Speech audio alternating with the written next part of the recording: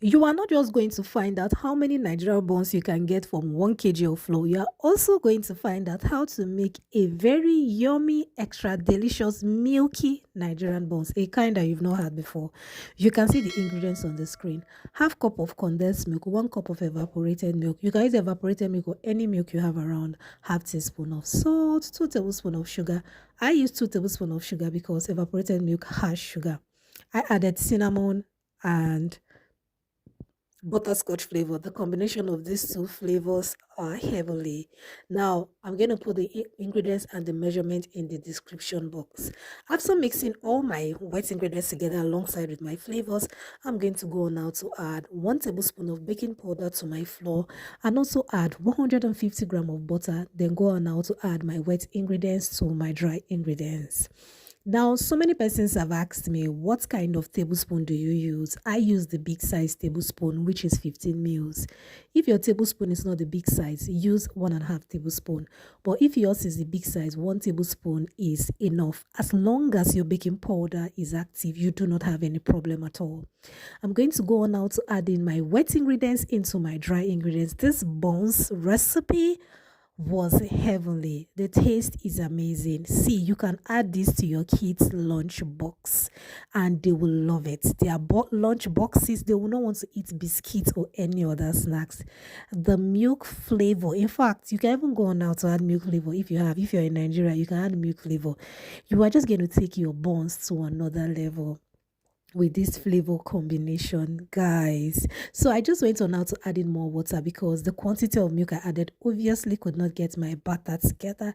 Added more water gradually until I had this consistency. This is what you are going to eat: thick consistency, not so thick, not so light, just easy for you to cut your batter into the oil. So this is how I cut my batter. I roll by the side of my bowl and drop it into the oil. Very easy. You can use this my method or use the eye gouge method. I love this method for Nigerian buns.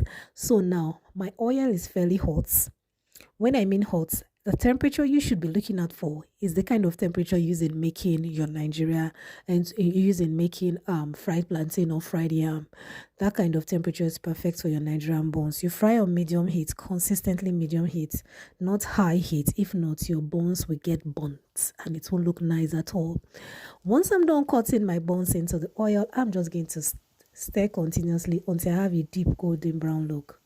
I love the light golden brown look, but today I felt we should make it deeper in color. So our buns is looking deeper in color and it tasted so nice, guys. It did. So this is me taking the first batch out of the oil. I had 3 batches from 1 kg of flour frying in my fry pan, and this is batch 2 getting ready, and it is brown enough to my taste. I'm taking it also out of the oil. Making Nigerian buns is pretty straightforward. It does not take time.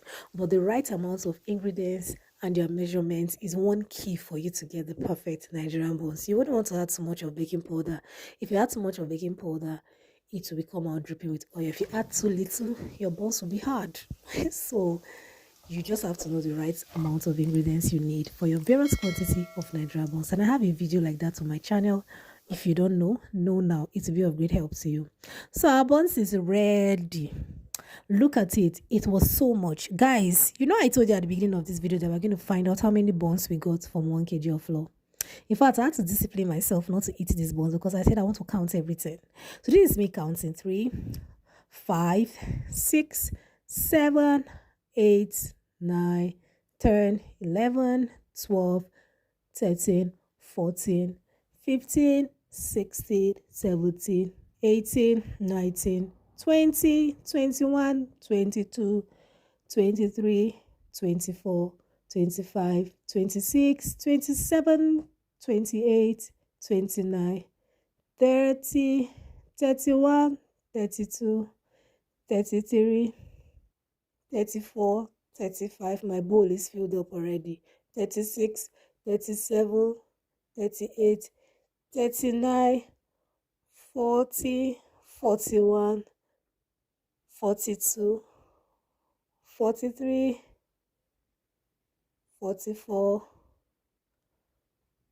45, 46, 47, 48, 49, So we had 49 and a half because the last one is small.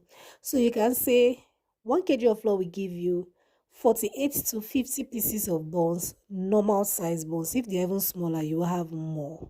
Thank you so much for stopping by my channel. Do like, share, and subscribe. And see you in my next one. Bye bye. Good to have you here. See you next time.